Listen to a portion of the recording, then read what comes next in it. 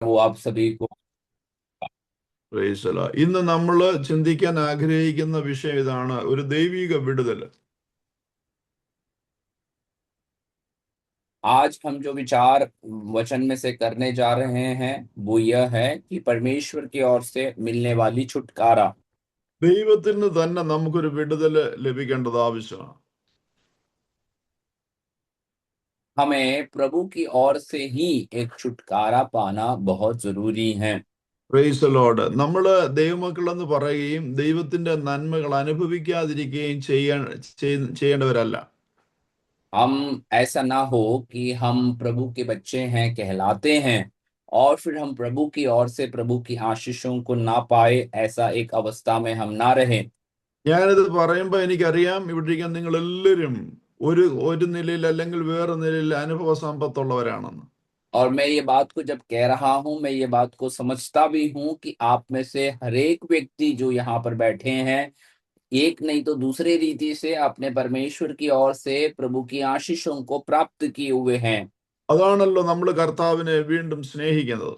और वही एक कारण भी है कि हम बार बार प्रभु से प्रेम भी करते हैं। കഴിഞ്ഞ ദിവസം ബൈബിൾ ക്ലാസ് എടുക്കുമ്പോൾ ഞാൻ പറഞ്ഞൊരു പോയിന്റ് ഉണ്ട്. पिछले दिनों में बाइबल अध्ययन के समय में मैंने एक विचार या एक बिंदु इस प्रकार से बताया था। നമ്മുടെ പ്രത്യേക ഒരു സാഹചര്യത്തിൽ നമുക്ക് വേണ്ടി ആരെങ്കിലും നമ്മൾ അറിയാതെ പ്രവർത്തിച്ചു എന്നിരിക്കട്ടെ. हमारे एक विशेष परिस्थिति में हमारे लिए किसी ने अचानक से कोई प्रकार से मदद किया है, ऐसे आप मान लीजिए। Praise Lord. അങ്ങനെ പ്രവർത്തിച്ചിരിക്കുന്നുവെങ്കിൽ പ്രൈസ് ലോർഡ്, നമ്മൾ അത് അറിഞ്ഞിട്ടില്ല. നമ്മുടെ പ്രത്യേക സാഹചര്യത്തിൽ ആ പ്രവൃത്തി ചെയ്ത് ആരാണെന്ന് നമുക്ക് മനസ്സിലായില്ല എന്നിരിക്കട്ടെ. और ऐसे मान लीजिए कि आपके एक विशेष परिस्थिति में किसी ने आपको मदद किया है और आप वो व्यक्ति कौन है ये आप जानते भी ना हो। കുറെ നാൾ കഴിയുമ്പോൾ ഒരു പ്രത്യേക സാഹചര്യത്തിൽ ആ വ്യക്തിയെ നമ്മൾ കണ്ടുമുട്ടുകയും ആ വ്യക്തിയാണ് നമുക്ക് വേണ്ടി എന്തെങ്കിലും ചെയ്തത് അല്ലെങ്കിൽ സഹായിച്ചത് നമ്മൾ അറിയുമ്പോൾ അവരോടുള്ള സ്നേഹം എത്രമാത്രം വലുതായിരിക്കും. और कुछ समय बीतने के पश्चात उस व्यक्ति से मुलाकात करते हैं, फिर हम जान जाते हैं कि वो व्यक्ति ने हमारे लिए उन दिनों में मदद किए थे, हमारे समय पे मदद पहुंचाए थे। तो उस व्यक्ति के प्रति जो प्रेम और जो आदर भावना है वो कितना अधिक होगा, ये इसके बारे में आप कल्पना कीजिए। ഇതാണ് യേശുവിനോടുള്ള നമ്മുടെ സ്നേഹം വർദ്ധിച്ചു വരുന്നത്. और यही है हमारा यीशु मसीह के प्रति हमारा जो प्रेम बढ़ते चले आने का अर्थ है। നമ്മൾ പാപികളായിരിക്കുമ്പോൾ തന്നെ അവൻ നമുക്ക് വേണ്ടി പാപപരിഹാരത്തിനായി ക്രൂശിക്കപ്പെട്ടു. और वचन इस प्रकार से मैं याद दिलाता है कि हम जब पापी ही थे, उसने हमारे पापों को छुटकारा दिलाने के लिए उसने अपने आप को क्रूस पर दे दिया। നമ്മൾ അവനോട് അങ്ങോട്ട് ചെന്ന് ചോദിച്ചില്ല, പ്രാർത്ഥിച്ചില്ല, റിക്വസ്റ്റ് ചെയ്തില്ല. അപ്പോൾ തന്നെ നാം പാപം ചെയ്തുകൊണ്ടിരിക്കുമ്പോൾ തന്നെ അവൻ ഇറങ്ങി വന്ന് നമുക്ക് വേണ്ടി പാപപരിഹാരത്തിനായി കാൽവറി ക്രൂശിൽ യാഗമായി തീർന്നു എന്ന അറിവ് നമുക്ക് ലഭിക്കുമ്പോഴുള്ള സന്തോഷം ഒന്ന് ആലോചിച്ച് നോക്കി. हमने वो परमेश्वर के पास जाकर विनती नहीं की, हमने उनसे प्रार्थना नहीं की है, परंतु हम पाप करते ही रहने के समय में वो यीशु मसीह हमारे लिए हमारे पापों के खातिर वो क्रूस पर अपने आप को बलिदान में दे दिया। और ये जानकारी जब हम प्राप्त करते हैं, ये जान जाते हैं कि प्रभु ने हमारे लिए क्या कुछ किया है, वो परमेश्वर का प्रति जो प्रेम कितना बढ़ता है, इसका कल्पना आप कर कर देखें। നമ്മുടെ വാക്കുകൊണ്ട് പറഞ്ഞറിയിക്കുവാൻ സാധിക്കാത്ത അത്ര വലുപ്പത്തിൽ, അത്ര ആഴത്തിൽ, അത്ര നീളത്തിലാണ് ദൈവത്തിന്റെ സ്നേഹം നമ്മോട് അടുത്ത് വന്നിരിക്കുന്നത്. हमारे वचनों से हमारे वाक्यों से बयान न कर पाते हैं, उससे भी अधिक सामर्थ्य में हम परमेश्वर का प्रेम को हम अपने जीवन में अनुभव कर पाते हैं। പ്രൈസിലോ, ആ സ്നേഹം നമ്മൾ അനുഭവിച്ചറിയണം. അനുഭവിച്ചറിയുമ്പോഴാണ് നമുക്ക് അതിന്റെ പ്രാധാന്യം മനസ്സിലാകുന്നത്. वो प्रेम हमें अपने जीवन में अनुभव करना है और हम जब उसे अनुभव करते हैं तभी उसका जो जो महत्वपूर्ण बात है वो हम समझ पाते हैं। അങ്ങനെ അനുഭവിച്ചറിയണമെങ്കിൽ നമ്മൾ ചില തീരുമാനങ്ങൾ എടുക്കണം. और ये प्रेम का जो जो जो गंभीरता को अनुभव करना है, तो हमें अपने जीवन में कई निर्णयों को लेना जरूरी है। ഈ എക്സാം എഴുതുമ്പോൾ ചില ഓപ്ഷൻസ് ഉണ്ട്, ABCD. और जब आप परीक्षा लिखते हैं तब आपके पास कई विकल्प दिए जाते हैं कि अ ब ख ड। എല്ലാം ഒരുപോലെ ഇരിക്കും ആൻസർ, പക്ഷെ അതിൽ ഒരു ആൻസറേ ഉള്ളായിരിക്കും ശരിയായിട്ടുള്ളത്. और कई बार आप उसका उत्तरों को पढ़ते हैं तो सब एक प्रकार का ही हमें लगने लगता है, लेकिन वो एक प्रत्येक सवाल का एक ही जवाब वहां पर ऊपर रहते हैं। നമുക്ക് തോന്നും ഇതായിരിക്കും ശരി, അത് അത് ടിക്ക് ചെയ്യാൻ നേരം തോന്നും അല്ല മറ്റേതായിരിക്കും, ബി ആയിരിക്കും, അത് ടിക്ക് ചെയ്യാൻ നേരം തോന്നും സി ആയി. ഇത് നാല് ഒരുപോലെ ഇരിക്കും, പക്ഷെ അതിൽ ഒരെണ്ണം മാത്രമേ കറക്റ്റ് ആയിട്ട് വരത്തുള്ളൂ. और कई बार हम उसे उत्तर देने के समय में कई बार हमें लगता है कि ब सही होगा, फिर हमें लगता है ख सही होगा। ऐसे हमें सब चारों एक बराबर लगने लगते हैं, परंतु उसमें से सिर्फ एक ही जवाब होगा जो सही रहेगा। ഇതുപോലെയാണ് ആത്മീയ ജീവിതത്തിൽ നമുക്ക് കൺഫ്യൂഷൻ ഉണ്ടാക്കുന്ന ഒത്തിരി മാറ്റേഴ്സ് നമ്മുടെ മുന്നേ കൊണ്ടുതരും പിശാച്.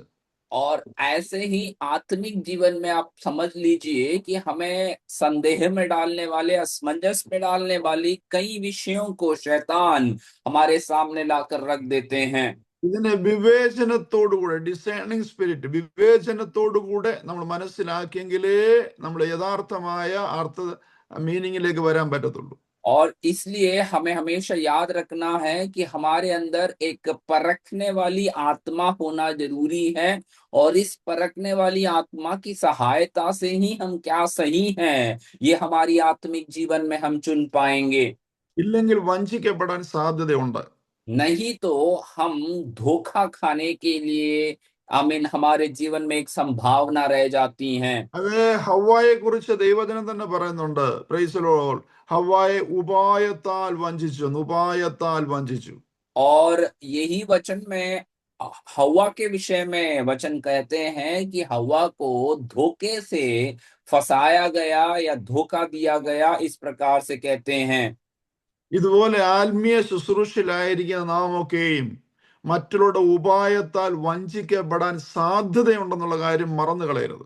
इसलिए हम जो आत्मिक सेवकाई में हैं, ऐसे प्रकार से जो है धोखाधड़ी से शैतान हमें भी छल में या हमें भी खतरे में ले जा सकते हैं, इसके बारे में हमें भूलना नहीं है। കർത്താവിനോടുള്ള നമ്മുടെ നിർമ്മല മനോസാക്ഷിയെ തെറ്റിച്ചു കളയുവാനുള്ള സാധ്യതകൾ വളരെയാണ്. और परमेश्वर के प्रति हमारा जो निर्मल विवेक है उसे भटका देने के लिए शैतान कई बार कोशिश करता रहता है। നമ്മളും ദൈവമായിട്ട്, കർത്താവുമായിട്ട് അല്ലെ പരിശുദ്ധാത്മ നമുക്കൊരു ഒരു കണക്ഷൻ ഉണ്ടായിരിക്കണം. हम हमेशा हमारा प्रभु के प्रति या पवित्र आत्मा के साथ एक संबंध में निरंतर बने रहना है। അത് എല്ലാവരോടും ആ പരിശുദ്ധാത്മാവ് ഒരേ ഫ്രീക്വൻസിയിൽ ആയിരിക്കത്തില്ല സംസാരിക്കുന്നത്. और हमेशा ये बात को भी समझ लेना है कि हर एक व्यक्ति से एक प्रकार से या हर समय एक ही समानता में पवित्र आत्मा कई बार हमें संपर्क नहीं करता है। അവരവരുടെ വിളിയും തിരഞ്ഞെടുപ്പും അനുസരിച്ച് അവരോട് ഡീൽ ചെയ്യുന്ന ഫ്രീക്വൻസിക്ക് ഡിഫറൻസ് ഉണ്ടായിരിക്കും. और हर एक व्यक्ति के बुलाहट और हर एक व्यक्ति के जीवन का चुनाव के अनुसार पवित्र आत्मा हर एक व्यक्ति से, अलग अलग लोगों से अलग अलग प्रक्रिया से कार्य करता है, संपर्क में रहता है। അത് ബൈബിളിൽ തന്നെ നമുക്ക് പലരുടെയും ചരിത്രം പഠിക്കുമ്പം നമുക്ക് കാണാനായിട്ട് സാധിക്കും. അങ്ങനെ ഒരു സംഭവം ഉണ്ട്. ഓരോരുത്തരോടും ഓരോ നിലയിലാണ് ദൈവത്തിന്റെ പരിശുദ്ധാത്മാവ് അല്ലെങ്കിൽ യഹോവയായ ദൈവം ഇടപെട്ടുകൊണ്ടിരുന്നത്. बाइबल में ही आप कई बार कई जगहों में ये बात को समझ पाते हैं, देख पाते हैं कि परमेश्वर की पवित्र आत्मा हर एक लोगों से, अलग अलग चरित्र के लोगों से अलग अलग प्रकार से उनसे संपर्क करते थे, उनके साथ व्यवहार करते थे। ദൈവം എന്നോടും നിങ്ങളോടും സംസാരിക്കാതിരിക്കത്തില്ല. അവൻ നമ്മോട് സംസാരിക്കാൻ താല്പര്യമുള്ളവനാണ്, ആഗ്രഹമുള്ളവനാണ്. और ये बात को समझ लेना है कि परमेश्वर कभी भी हमसे बातें किए बिना नहीं रहता है, वो हमसे संपर्क करना इच्छा करता है, हमसे हमेशा बातें करना वो पसंद करता है।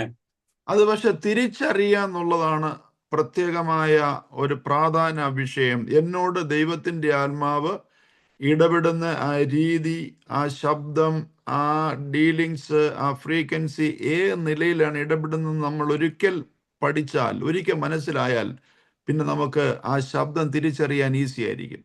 लेकिन हमें वो पवित्र आत्मा का वो कार्य को समझना है, परखना है। यही हमारा जीवन का सबसे बड़ा महत्वपूर्ण विषय है, क्योंकि यदि एक बार हम पवित्र आत्मा हमसे किस प्रकार से संपर्क करते हैं ये हम जान जाते हैं, तो आगे हमारे साथ उसके उसके साथ वो व्यवहार में, वो मुलाकात में कोई कोई कमी नहीं रहेगी। वो हमेशा निरंतर बने रहेंगे।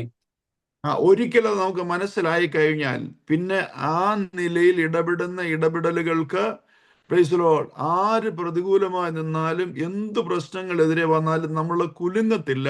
കാരണം പ്രൈസ് ദി ലോർഡ്, നമുക്ക് മനസ്സിലായി ഇത് എന്നോട് ദൈവത്തിന്റെ ആത്മാവ് ഇടപെട്ടതാണ്.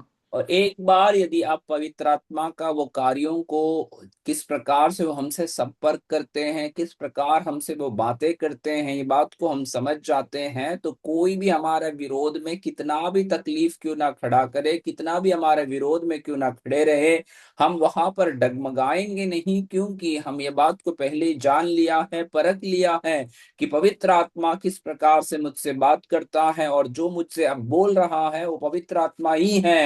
इस बात में हम दृढ़ भरोसा कर सकते हैं। ചിലപ്പോ പരിശുദ്ധാത്മാവ് നമ്മൾ ഇടപെടുന്നത് നമ്മുടെ ഇഷ്ടത്തിനൊന്നും ആയിരിക്കത്തില്ല, നമ്മുടെ താല്പര്യത്തിനായിരിക്കത്തില്ല. അതിനെയും സ്വീകരിക്കാനുള്ള മാനസിക നിലവാരം നമുക്കുണ്ടെങ്കിലേ പിന്നെ അത് കണ്ടിന്യൂ ചെയ്യത്തുള്ളൂ. और कई बार पवित्र आत्मा जब हमसे बातें करता है तो हो सकता है कि हमारे पसंद के अनुसार वो काम नहीं कर रहा होगा, हमारी इच्छा के विपरीत कार्य हो रहा होगा। उसे भी हमें स्वीकार करने के लिए हमारे मनों को हमें तैयार रखना है। तब ही पवित्र आत्मा निरंतर हमारे जीवन में संपर्क के अनुभव में रह सकते हैं।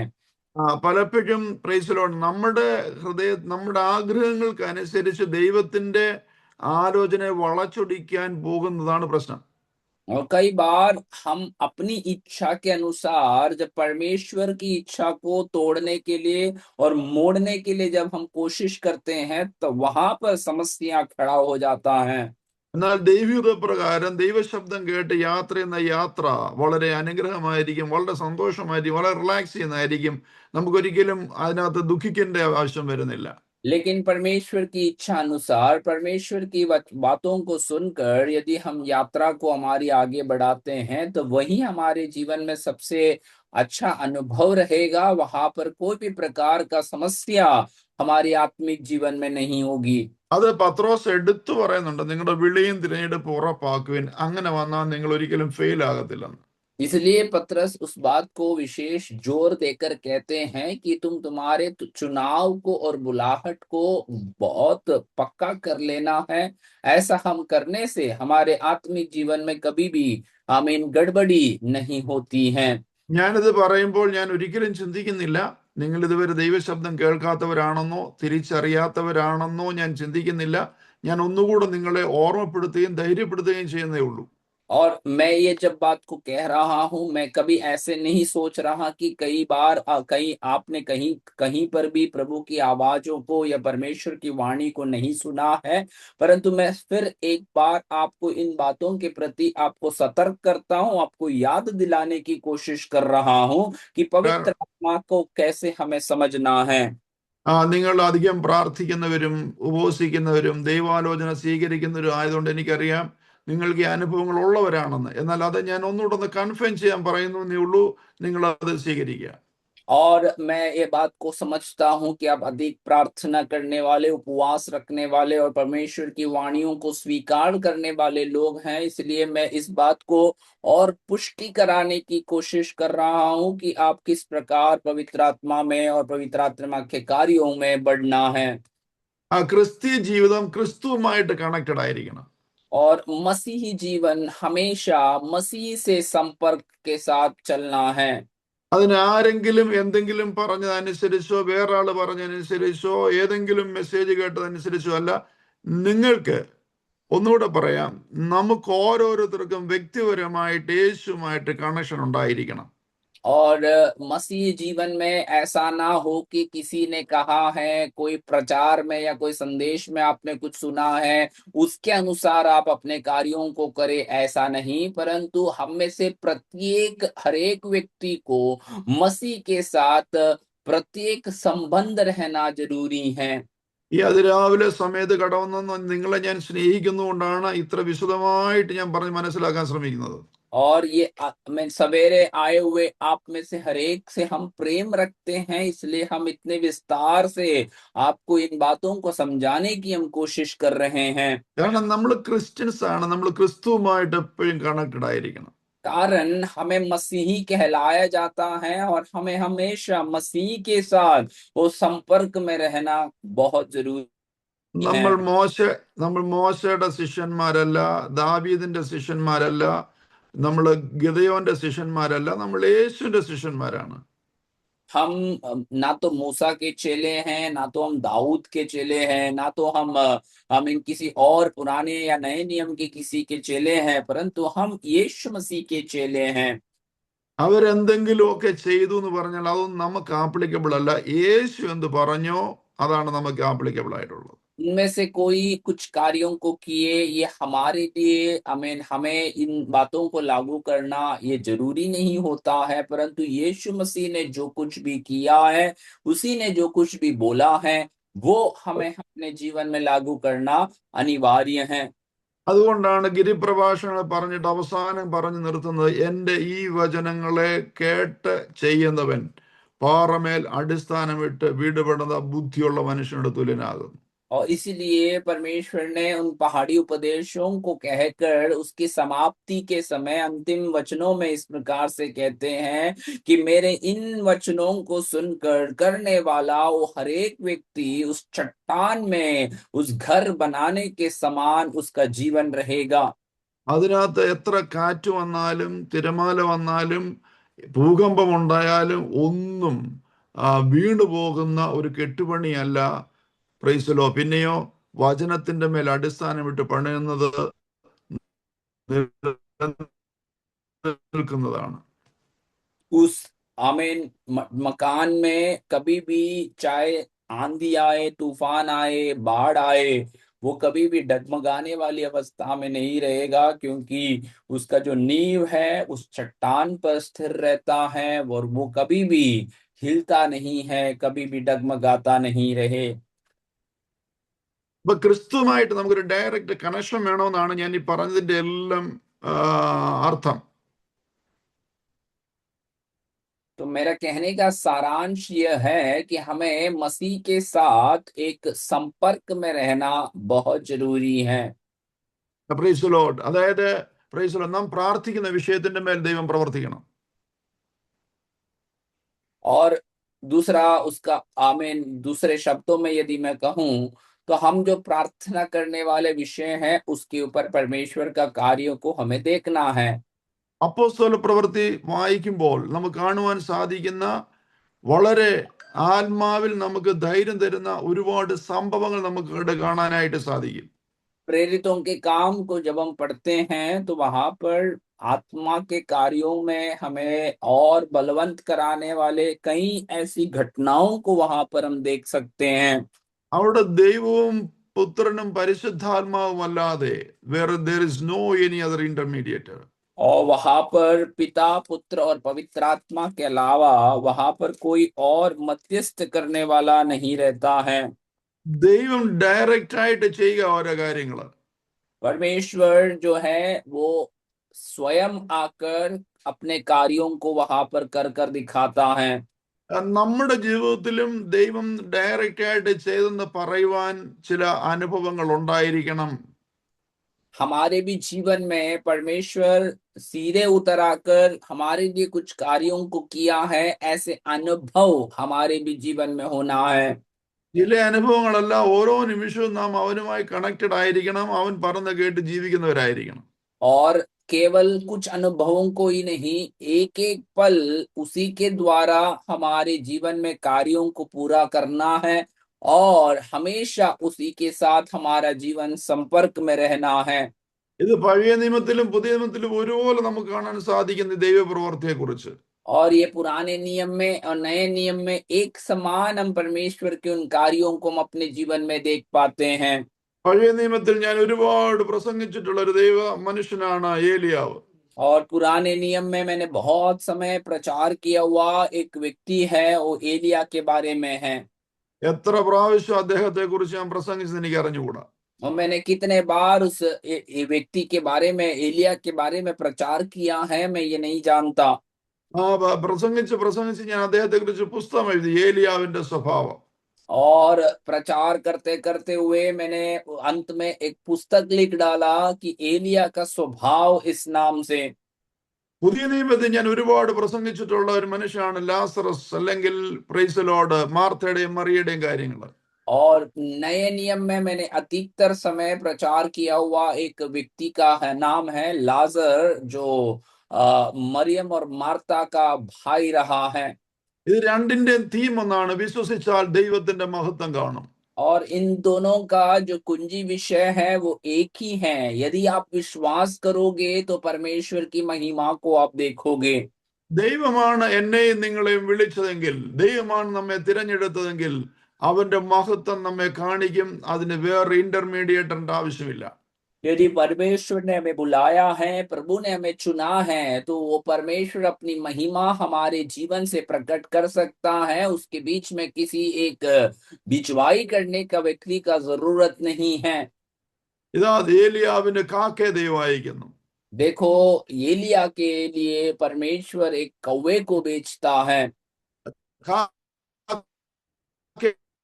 വരവ് നിന്നതല്ല, ദൈവം കാക്കയോട് പറഞ്ഞു ഇനി അവനൊന്നും കൊടുക്കണ്ടെന്ന്.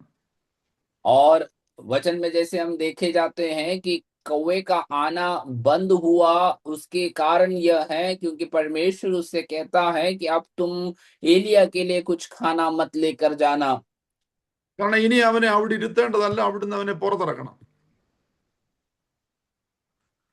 कारण यह है क्योंकि उसे अब वहां पर बैठाना नहीं है, उसे वहां से बाहर मुझे ले जाना है। ഒരു പ്രത്യേക പർപ്പസോടുകൂടെ അവനൊരു വിധവയുടെ അടുക്കലേക്ക് അയക്കുക. और एक विशेष योजना के साथ उस विधवा के पास परमेश्वर उसे भेजता है। ഇവിടെ ദൈവത്തിന്റെ അത്ഭുത പ്രവൃത്തി കാണാൻ സാധിക്കുന്നു. और वहां पर वो परमेश्वर के अद्भुत कार्यों को अपने जीवन में देख पाते हैं। അവൻ അവിടെ ചെന്ന നിമിത്തം വിധവയും അവർക്കുള്ള എല്ലാവരും പട്ടിണി കിടക്കാതെ ആത്മഹത്യ ചെയ്യേണ്ടി वന്നില്ല.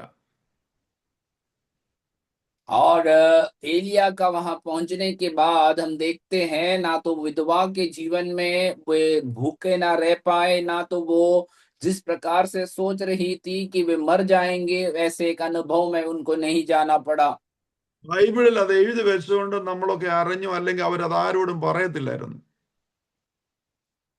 बाइबल में ये बात के बारे में रेखांकित किया गया है, इसलिए हम ये बात को जान पाते हैं, नहीं तो वे लोग किसी को बताने वाले तो नहीं थे।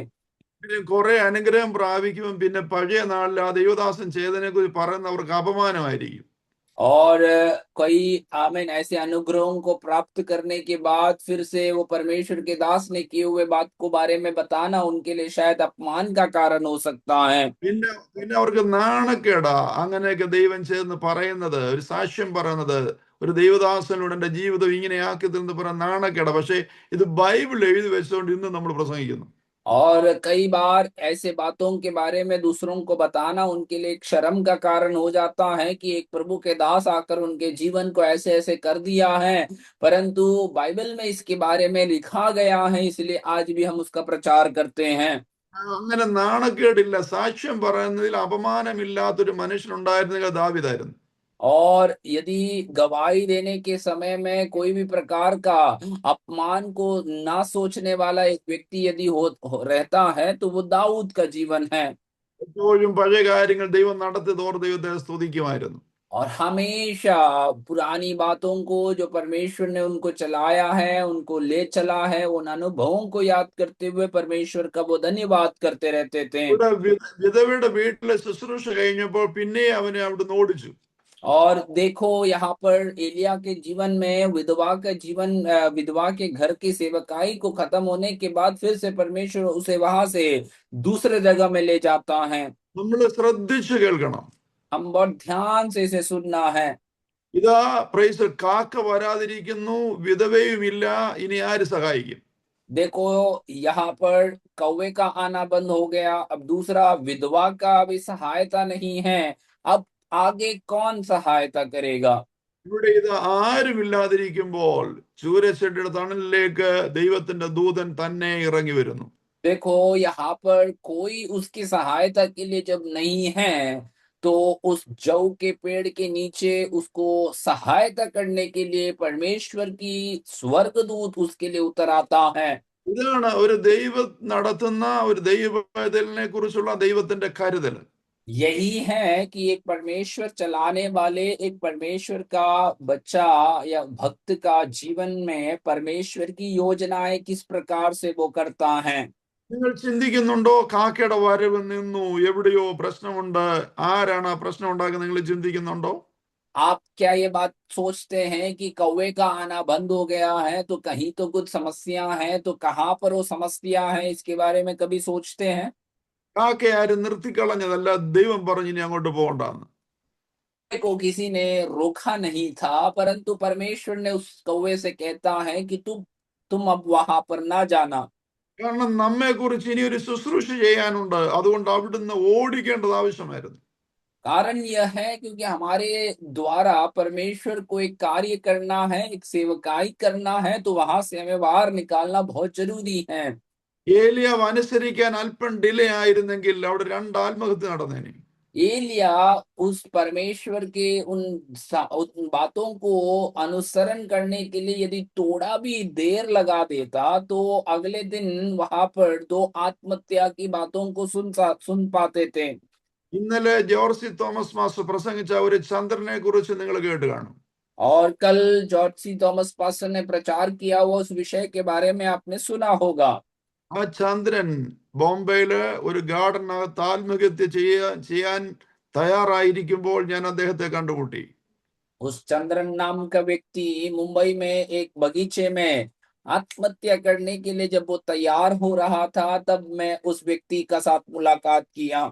അദ്ദേഹം ഗൾഫിലേക്ക് പോകാൻ വന്നിട്ട് സിസ്റ്ററിന്റെ കയ്യിൽ നിന്ന് പൈസ വാങ്ങിച്ചു കൊടുത്തിട്ട് തിരിച്ചു കിട്ടിയില്ല, ഗൾഫിലും പോകാൻ പറ്റിയില്ല, ഇനി ഒറ്റ മാർഗമേ ഉള്ളൂ, ആത്മഹത്യ ചെയ്യുക. वे विदेश जाने की इच्छा के साथ अपने बहन से कुछ पैसे उधार लेकर उसने किसी को दिए थे, लेकिन ना तो वो पैसे उन्हें लौट कर मिल पाए, ना वो बाहर विदेश जा पाए। इस निराशा के कारण वो आत्महत्या करना चाहते थे। ആ സാറ്റർഡേ ആണ് ഞാൻ ജോലി ചെയ്ത് ഹാഫ് ഡേ കഴിഞ്ഞ് വീട്ടിൽ വരുമ്പോൾ പരിശുദ്ധാത്മാനോട് പറയുക, ആ ഗാർഡനിൽ കൊണ്ടുപോയി ട്രാക്ട് ഡിസ്ട്രിബ്യൂട്ട് ചെയ്യാൻ. और उस शनिवार के दिन जब मैं प्रभु के दास अपने नौकरी को खत्म करते हुए हाफ डे लेकर जब वे अपने घर जा रहे थे, तो पवित्र आत्मा उनसे कहता है कि उस गार्डन या उस बगीचे की ओर पर्चे को, सुसमाचार की पर्चे को बांटना।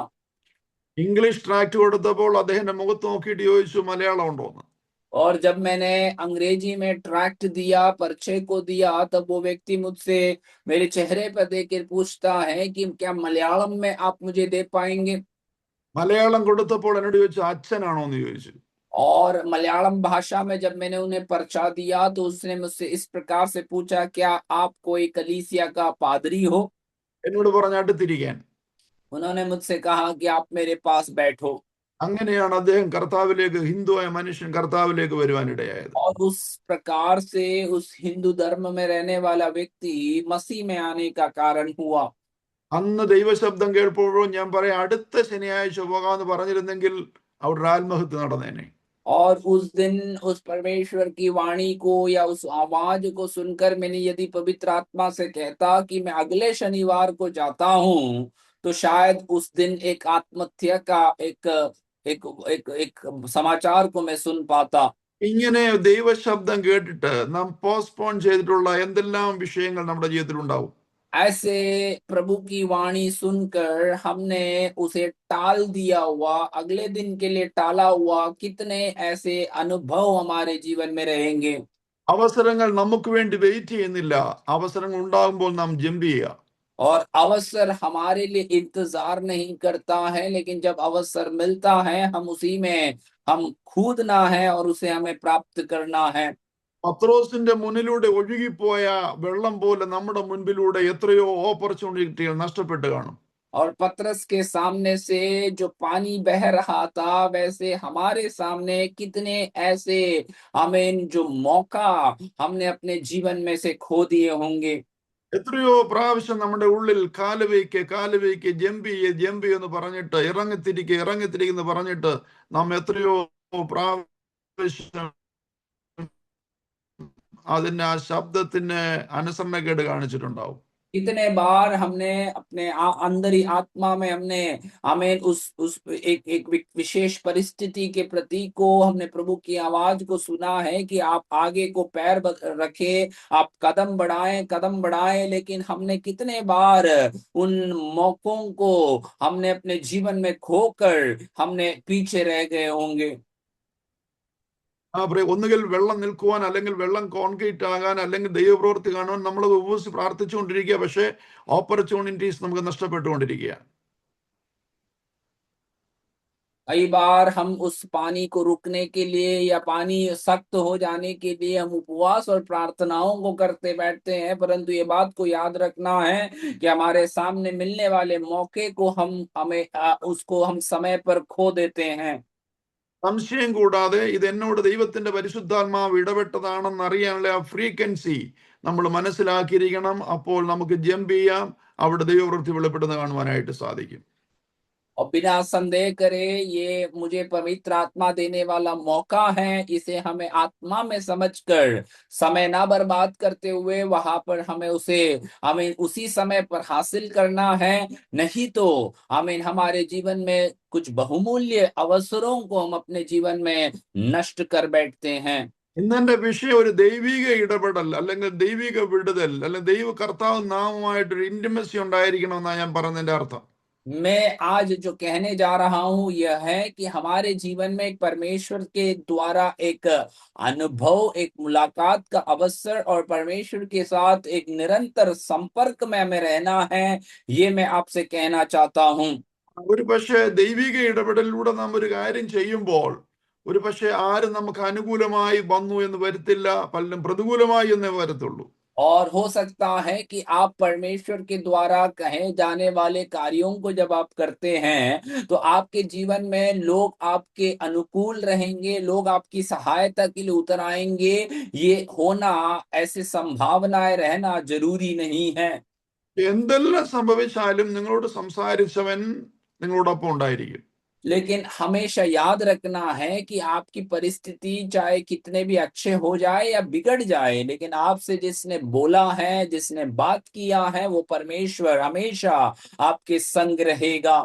സുവിശേഷങ്ങളും അപ്പോസ്തല പ്രവൃത്തിയും വായിക്കുമ്പോൾ ശിഷ്യന്മാരെ അയച്ച ദൈവം അവരോട് കൂടെ, കർത്താവ് അവരോട് കൂടെ ഇരുന്ന് ദൈവത്തിന്റെ പരിശുദ്ധാത്മാവിന്റെ പ്രവൃത്തി ഒരു മനുഷ്യൻ അടുത്തിരുന്ന് ചെയ്യുന്നത് പോലെ, സംസാരിക്കുന്ന പോലെ, പ്രവർത്തിക്കുന്ന പോലെ അനുഭവപ്പാനിടയായി.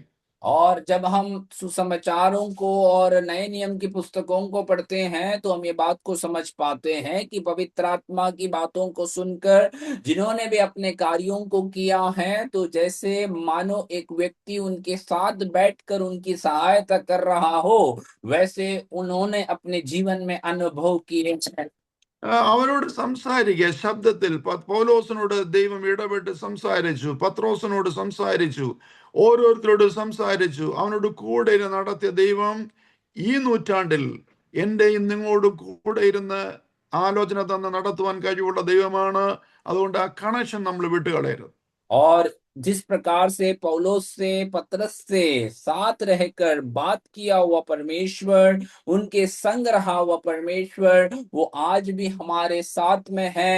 आज भी हमारे संग वो अपने कार्यों को करने के लिए तैयार है। इसलिए हमेशा याद रखना कि वो परमेश्वर का साथ रहकर उसके बातों को सुनकर हमें अपने कार्यों को करना है। कभी भी उसकी वचनों को, बातों को अनदेखा ना करें।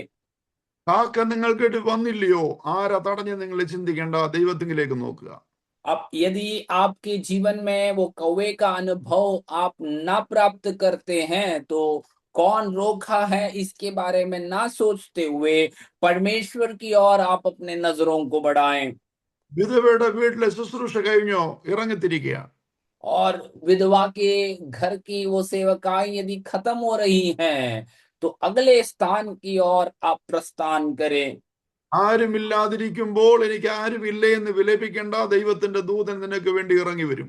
जब कोई नहीं है तो कोई नहीं है ये सोचकर रोने की, आंसू बहाने की आवश्यकता नहीं, परंतु परमेश्वर का स्वर्गदूत आपकी सहायता के लिए उतर आएगा। ഞങ്ങളുടെ ജീവിതത്തിൽ ഒരുപാട് അനുഭവങ്ങളുടെ ദൈവം തരാൻ ഇടയായിട്ടുണ്ട് അങ്ങനെ. परमेश्वर के दास के परिवार में प्रभु ने कई ऐसे अनुभवों को परमेश्वर ने उनको लिए दिया है। ജോലി റിസൈൻ ചെയ്യാൻ പറഞ്ഞിട്ട് 6 മാസം റിസൈൻ ചെയ്യാതെ ഞാൻ തടസ്സമായിരുന്നു. और परमेश्वर ने जब प्रभु के दास से कहा था कि अपनी नौकरी से इस्तीफा दे दे, तो वे 6 महीने तक उस बात को टालते रहा। പിന്നെയും പിന്നെയും പരിശുദ്ധാത്മാവ് സംസാരിച്ചുകൊണ്ടിരുന്നു. और फिर से बार बार पवित्र आत्मा उनसे ये बातों को कह रहे थे। അവസാനം പ്രൈസ് ലോർഡ്, ഞാൻ വിശദമായിട്ട് പറയുന്നില്ല, എന്റെ പുസ്തകത്തിനകത്ത് എഴുതിയിട്ടുണ്ട്. പ്രൈസ് ലോർഡ് അവസാനം പറഞ്ഞു, എന്നോടൊരു ചോദ്യം ചോദിച്ചു, ഈ ജോലി തന്നെയാണോ വേണ്ടത് അതോ ശുശ്രൂഷയാണോ വേണ്ടതെന്ന്. और अंत में जब वे उस नौकरी से इस्तीफा नहीं दे रहे थे, तो पवित्र आत्मा ने उनसे एक सवाल पूछा कि क्या तुझे नौकरी ही चाहिए या परमेश्वर की सेवकाई को करना है। अधिक मैं പ്രൈസ് विस्तार नहीं कह रहा हूं, क्योंकि उनके प्रभु के दास ने लिखे हुए पुस्तक में ये सारी बातें लिखी हुई हैं। അത് ഞാൻ പ്രൈസ് ലോർഡ് റിസൈൻ ചെയ്യാൻ തീരുമാനിക്കുമ്പോൾ ചില 3 തീരുമാനങ്ങൾ കർശനമായിട്ട് ഞങ്ങൾ എടുത്തു. और जब प्रभु के दास अपने नौकरी से इस्तीफा देने के लिए जब वे निर्णय ले रहे थे, तो उन्होंने अपने जीवन में 3 ऐसे निर्णयों को बड़े सख्त रीति से पालन करने के लिए उन्होंने किया। ഈ ജോലി വിട്ടിറങ്ങുമ്പോൾ പ്രൈസ് ലോർഡ് എന്തെങ്കിലും ആവശ്യങ്ങൾ വന്നാൽ ആരോടും കടം വാങ്ങിയതില്ല. और जब ये नौकरी छोड़कर वे जब निकलेंगे, तो कई अपने जीवन में कुछ आवश्यकता आने पर किसी से उधारी नहीं लेंगे। പ്രൈസ് ലോർഡ്, ദൈവകൃപയാൽ ഇന്ന് വരെ ഞങ്ങളുടെ ഒരു വ്യക്തിപരമായ ആവശ്യത്തിന് ആരോടും കടം വാങ്ങിച്ചിട്ടില്ല. और प्रभु की दया से आज तक प्रभु के दास कोई व्यक्तिगत आवश्यकताओं के लिए किसी से कोई प्रकार से उधारियों को नहीं लिया है। എന്റെ മകൻ പ്രൈസ് ലോർഡ് നേഴ്സറി സ്കൂൾ പഠിക്കുമ്പോൾ 50 രൂപ ഫീസ് കൊടുക്കാനില്ലാഞ്ഞിട്ട് അവനെ അവിടെ നിന്ന് ഇറക്കി വിട്ടു. और प्रभु के दास के बेटे जब नर्सरी में पढ़ रहे थे, तो 50 रुपए उस समय का फीस हुआ करता था, और 50 रुपया देने का ना देने के कारण उनको वहां से स्कूल से निकाल दिया गया। 2-3 ദിവസം വരെ സ്കൂളിൽ പോയില്ല. 2-3 दिन तक वो स्कूल नहीं जा पाए। മൂന്നാം ദിവസം ആയപ്പോൾ ദൈവത്തിന്റെ ഒരു ദൈവദാസൻ പ്രാർത്ഥിച്ചുകൊണ്ടിരിക്കുമ്പോൾ പരിശുദ്ധാത്മാവ് പറഞ്ഞു, തോംസൺ പാസ്റ്റർ വീട്ടിൽ കൊണ്ട് 50 രൂപ കൊടുക്കാൻ. और तीसरा दिन एक प्रभु के दास वो अपने घर में प्रार्थना करने के समय में पवित्र आत्मा ने उससे इस प्रकार से ये बात को कहा कि थॉमसन पास्टर के घर में जाकर 50 रुपया उन्हें पहुंचाना है। ആ 50 രൂപ കൊണ്ടു തന്നു, അവനെ സ്കൂളിൽ വിടുവാനിടയായി. और प्रभु के दास को वो प्रभु के दूसरे दास ने 50 रुपया लाकर दिए, और उसी दिन वे ले जाकर उस स्कूल में दे दिए। ആരോടെങ്കിലും പറയുക 50 രൂപ വേണമെന്ന് പറഞ്ഞാൽ 50 രൂപ തരാൻ പലരുണ്ടായിരിക്കുന്നു. और उस समय यदि हम किससे कहते हैं कि 50 रुपया हमें चाहिए, दे देना, तो वहां पर उस समय देने के लिए लोग थे। എന്നാൽ ഒരു ദൈവിക ഇടപെടല്ലേ നമുക്ക് അറിയേണ്ടത്, ദൈവമല്ലേ വിളിച്ചത്, ദൈവമല്ലേ നടത്തേണ്ടത് എന്നുള്ള ഒരു ചിന്തയായിരുന്നു എൻ്റെ ഉള്ളിൽ. लेकिन हम उस समय इस प्रकार से हम ये बात को समझ रहे थे कि एक परमेश्वर का कार्य हमारे जीवन में होना है। प्रभु हमें हमारे जीवन की जरूरतों को पूरा करना है, और उसीलिए प्रभु की ओर हम देखते रहते थे। എന്റെ 3 കുഞ്ഞുങ്ങളും പഠിക്കുമ്പോൾ സ്പോൺസർ ചെയ്യാൻ ആരും ഉണ്ടായിരുന്നില്ല. मेरे तीनों बच्चे पढ़ाई करने के समय में उनको स्पॉन्सर करने के लिए, उनको सहायता करने के लिए कोई भी व्यक्ति नहीं रहे। അവൻ എഞ്ചിനീയറിംഗ് പഠിക്കുമ്പോൾ 1 വർഷം ഫീസ് കൊടുക്കാൻ ഡിലേ ആയി. और जब प्रभु के दास के बेटे जब इंजीनियरिंग की पढ़ाई कर रहे थे, तब 1 साल की फीस भरने में देरी हो गई। ഓരോ മാസവും 5,000 പെനാൽറ്റിയാ. एक महीने 5,000 रुपया पेनल्टी या दंड के रूप में भरना होता था। 1 മാസം കഴിഞ്ഞു, 2 മാസം കഴിഞ്ഞു, എന്റെ ഉള്ളിൽ ആദിയായി ഓരോ മാസവും 5,000 രൂപ കൂടിക്കൊണ്ടിരിക്കുക. और 1 महीना बीत गया, 2 महीना बीत गया, प्रभु के दास के मन में बड़े भीति उड़ने लगे कि एक-एक दिन ये जो पेनल्टी है, जो कर्ज है, वो बढ़ता जा रहा है। അങ്ങനെ ഇരിക്കുമ്പോ എൻ്റെ ഒരു പരിചയക്കാരൻ എനിക്ക് ഫോൺ ചെയ്തു. और ऐसे चिंता में रहने के समय में एक दोस्त जो उनको पहचान में थे, वे उनसे मुलाकात या उनसे संपर्क में आता है, फ़ोन करते हैं। അദ്ദേഹം പറഞ്ഞു, എൻ്റെ ഉള്ളില് ബ്രദർ എന്നാ പുള്ളി എന്നെ, ബ്രദറിനെ കുറിച്ച് ഒരു ചിന്ത വരുന്നു, എന്താ കാര്യം, എൻ്റെ വീട്ടിലോട്ടൊന്ന് വരാൻ പറഞ്ഞു. और उन्होंने इस प्रकार से प्रभु के दास से कहा कि मेरे मन में आपके प्रति एक विचार आ रहा है, क्या कारण है मैं नहीं जानता, क्या आप मेरे घर तक आ सकते हैं? അല്പം ദൂരമായിരുന്നുകൊണ്ട് ഞാൻ പോയില്ല. പിന്നെയും ചില 1-2 ആഴ്ചകളോട് ഡിലേ ആയി. और उनके घर काफ़ी लंबा था, इसलिए मैं उनके घर नहीं गए। फिर और 2 हफ्ता वो और विलंब होते गए। എന്നിട്ട് അദ്ദേഹം പിന്നീട് എന്നെ വിളിച്ചു പറഞ്ഞു, ബ്രദറെ, വീട് ദൂരെയാണെങ്കിൽ ഞാൻ ജോലി ചെയ്യുന്ന ഓഫീസിനടുത്താണ്, ആ ഓഫീസിലേക്ക് വരാൻ പറഞ്ഞു. और उन्होंने इस प्रकार से कुछ दिनों बाद फिर से मुझे संपर्क कर इस प्रकार से कहने लगे कि भाई, यदि आपको घर दूर है, ऐसे अनुभव हो रहा है, तो मेरा ऑफिस फलाना जगह में है, वहां तक आप आ जाएं। ഞാൻ ആ ഓഫീസിൽ ചില ദിവസങ്ങൾ കഴിഞ്ഞപ്പോൾ ഞാൻ ആ ഓഫീസിൽ ചെന്നു. मैं प्रभु के दास जो हैं कुछ दिनों के पश्चात उनके ऑफिस या उनके दफ्तर में चले गए। സംസാരിച്ചുകൊണ്ടിരിക്കുമ്പോൾ അത് ഞാൻ ഒന്നും പറഞ്ഞില്ല, ആവശ്യമൊന്നും പറഞ്ഞില്ല. സംസാരിച്ചുകൊണ്ടിരിക്കുമ്പോൾ അദ്ദേഹത്തിന്റെ ബാഗിൽ നിന്ന് ചെക്ക് ബുക്ക് എടുത്തു. और ऐसे बातें करते समय में प्रभु के दास ने उस व्यक्ति से अपनी आवश्यकताओं को कभी नहीं बताया, परंतु बातें बातें करते हुए उन्होंने अपने चेक बुक को बाहर निकाले। എന്നോട് പറഞ്ഞു, എന്തോ ബ്രദറിനെ ഒന്ന് സഹായിക്കണമെന്ന് എനിക്ക് തോന്നുന്നു, നിങ്ങൾക്ക് എത്ര രൂപയുടെ ആവശ്യമാണെന്ന് ചോദിച്ചു. और उन्होंने इस प्रकार से बोला कि मुझे मैं नहीं जानता, मुझे आपकी सहायता करने की इच्छा हो रही है, आपको कितने रुपए की आवश्यकता है अब? ഞാൻ മുഖത്തോട്ട് നോക്കിയിട്ട് പറഞ്ഞു, അത് അച്ഛാ ഇച്ചിരി കൂടുതൽ പൈസയുടെ ആവശ്യം ഉണ്ട് ഇപ്പോഴെന്ന് പറഞ്ഞു. और मैंने उनके चेहरे पे देखकर इस प्रकार से कहा कि भाई, जो है, मैं मुझे इस वक्त थोड़ा ज्यादा रकम की आवश्यकता है। ഞാൻ പറഞ്ഞു, അത് ഇച്ചിരി കൂടുതലാണ്. എന്നോട് പറഞ്ഞു, എത്രയാണെങ്കിലും പറയാൻ പറഞ്ഞു.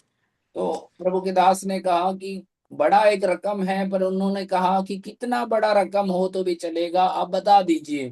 ഞാൻ പറഞ്ഞു, എല്ലാം കൂടെ 1,05,000 രൂപയുടെ ആവശ്യമുണ്ടെന്ന് പറഞ്ഞു. और प्रभु के दास ने इस प्रकार से उनसे बताया कि सब मिलकर 1,05,000 रुपए की जरूरत है मुझे। അദ്ദേഹം ജിമ്മിന്റെ പേരിൽ തന്നെ ആ ചെക്ക് എഴുതി 1,05,000 രൂപ.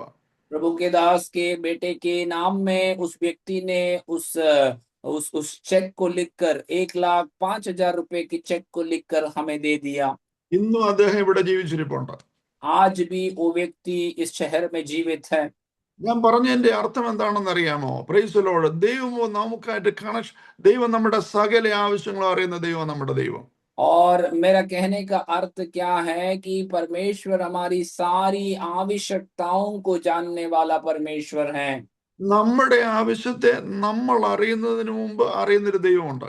हमारी आवश्यकताएं हम जानने से पहले जानने वाला एक परमेश्वर स्वर्ग में है। ഒരുപക്ഷെ പ്രൈസ് ദി ലോർഡ് അല്പം ഡിലേ ആകുന്നത് നമ്മുടെ വിശ്വാസത്തിന്റെ പരിശോധന ഒന്ന് അറിയാൻ വേണ്ടിയായിരിക്കും. हो सकता है कि थोड़ा विलंब हमारे विषय में हो रहा है, तो वो शायद हमारी विश्वास को परखने के कारण हो सकते हैं। ഈസ് ഇറ്റ് ജെന്യൂൻ, ഇത് നിന്റെ വിശ്വാസം ജെന്യൂൻ ആണോ എന്ന് അറിയാൻ വേണ്ടി കർത്താവ് ഒന്ന് ഡിലേ ആക്കുമായിരിക്കും. और हमें क्या आपका विश्वास सही विश्वास है या नहीं, इसको परखने के लिए प्रभु आपके विश्वास को परखने के लिए शायद थोड़ा देर कर रहा हो। എന്റെ സഹോദരങ്ങളെ, ഇതുപോലെയുള്ള അനവധി സംഭവങ്ങൾ എനിക്ക് നിങ്ങളുടെ മുമ്പിൽ നിരത്തി വെക്കാനുണ്ട്.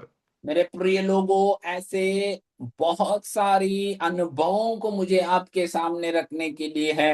ഒരു വലിയ കൺവെൻഷൻ നടത്തിയിട്ട് പ്രൈസ് ദി ലോർഡ് പന്തലിട്ടവർക്കും മൈക്ക് സെറ്റ് ഉള്ളവർക്കും പൈസ കൊടുക്കാനില്ലാതെ ഒരു തമിഴ് സഹോദരനായിരുന്നു ധാരാവിലുള്ള, അദ്ദേഹം ഇങ്ങനെ ഫോൺ ചെയ്തുകൊണ്ടേയിരുന്നു.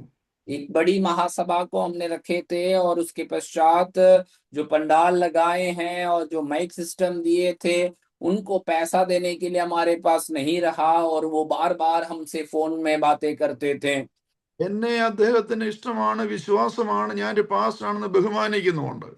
और वे मुझसे प्रेम रखते थे, पसंद करते थे। वो जानते थे कि हम एक पास्टर हैं और हमें आदर करते थे इसके कारण से। പക്ഷെ അദ്ദേഹത്തിന്റെ പൈസ കിട്ടിയില്ലെങ്കിൽ കുറച്ച് കഴിയുമ്പോൾ ട്യൂൺ മാറും. परंतु यदि उसे लंबे समय तक पैसा ना मिले तो कुछ समय के बाद उनके बोलने का तरीका शायद बदल जाएगा। ഒരു ദിവസം രാത്രി ഞാൻ പ്രാർത്ഥിച്ചിട്ട് അല്പം കണ്ണുനീരോടെ കിടന്നുറങ്ങി. एक दिन रात के समय मैंने प्रार्थना करने के पश्चात आंसू बहाकर मैं सो गया। രാവിലെ 6:30 ആയപ്പോൾ എനിക്കൊരു ഫോൺ കോൾ വന്നു. सवेरे 6:30 बजे मुझे एक फोन में एक कॉल आता है। ഞാൻ പാസ്റ്ററിനെ അന്വേഷിക്കുക, വീട് അറിയത്തില്ല, അഡ്രസ് ഒന്ന് പറഞ്ഞു തരണമെന്ന്.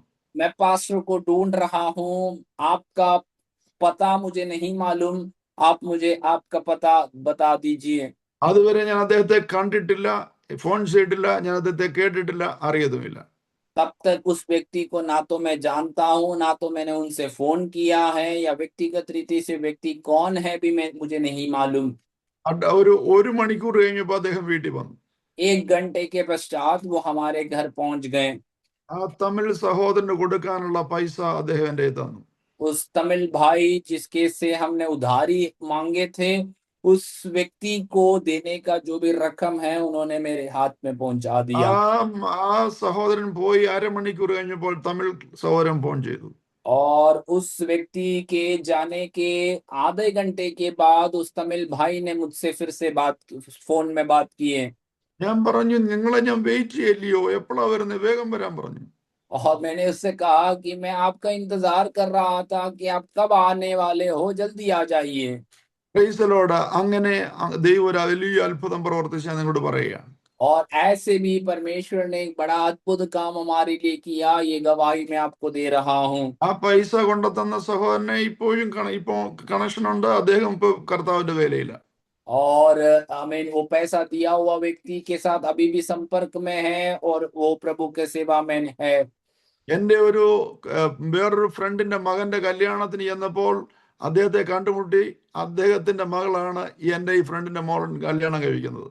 और मेरे एक दूसरे एक मित्र के बेटे के शादी के लिए जब गए, तब मैंने समझ में आया कि उनकी जो बेटा है इनसे विवाह कर रहे हैं, ऐसे हमें उस दिन पता चला। അവർ രണ്ടുപേരും ഇപ്പോൾ അമേരിക്കയിലാണ്.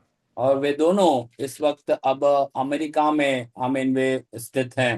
പറഞ്ഞു വരുന്നത്, ദൈവം നമുക്ക് വേണ്ടി പ്രവർത്തിപ്പാൻ മതിയായ ദൈവമാണെന്ന് നിങ്ങളെ ധൈര്യപ്പെടുത്താൻ വേണ്ടി ഈ സ്റ്റോറി എല്ലാം പറയുന്നേ. इन सारी बातों को, अनुभवों को मैं इसलिए आपको बता रहा हूं क्योंकि परमेश्वर हम और आप सभी को सहायता करने के लिए वो सर्वशक्तिमान प्रभु है। എന്തെങ്കിലും ആവശ്യം വരുമ്പോൾ കടം വാങ്ങിക്കാൻ ഓടി നടക്കാതെ മുട്ടുമെല്ലു നോക്കിയേ, കാക്ക നിങ്ങളുടെ ഭവനത്തിലേക്ക് വരും.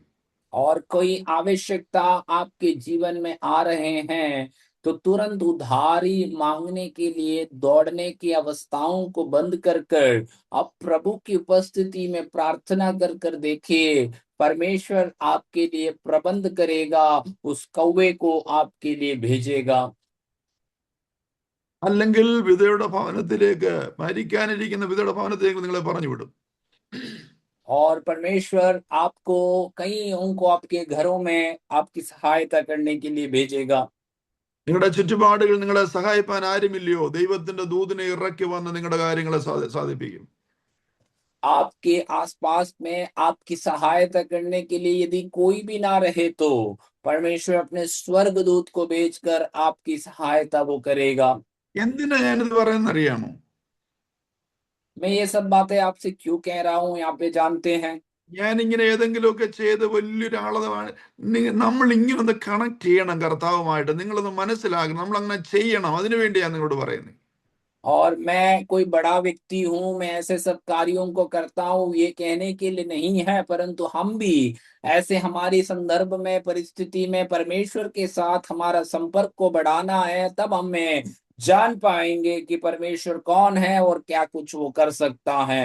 ക്ഷമിക്കണം, സമയം പോകുന്നത് ഞാൻ അറിഞ്ഞില്ല, ക്ലോക്കെ നോക്കിയില്ല. ക്ഷമിക്കണം, ഞാനിവിടെ നിർത്തുകയാ. ബാക്കി ഞാൻ പിന്നീട് എപ്പോഴെങ്കിലും ഒക്കെ പറയാം. और आप मुझे क्षमा करना, समय बीत गया, मैं नहीं जाना। मैं यहाँ पर समाप्त कर रहा हूँ, आप लोग प्रार्थना करना, फिर कभी ഞാൻ भी നിങ്ങളെ ഞാൻ बताएंगे। നി- ഞാൻ നിങ്ങളെ സ്നേഹിക്കുന്നുണ്ട് പറയുക. मैं आप കർത്താവുമായിട്ട് പേഴ്സണൽ റിലേഷൻഷിപ്പ് നിങ്ങൾ സൂക്ഷിക്കണം. ദൈവം നമ്മുടെ ജീവിതത്തിൽ ചെയ്ത് നിങ്ങൾ അനുഭവിച്ചറിയണം. അതാണ് യഥാർത്ഥ ക്രിസ്തീയ ജീവിതം. और मैं आपसे प्रेम रखता हूँ, इसीलिए इन बातों को मैं आपसे कहता हूँ कि हम और परमेश्वर के बीच में जो संबंध है उसे हमें जानना है, और प्रभु आपके लिए क्या कुछ कर सकता है उसे आप अपने जीवन में अनुभव करना है। ഈ വചനങ്ങളാൽ ദൈവം നിങ്ങളെ അനുഗ്രഹിക്കട്ടെ. इन वचनों के द्वारा प्रभु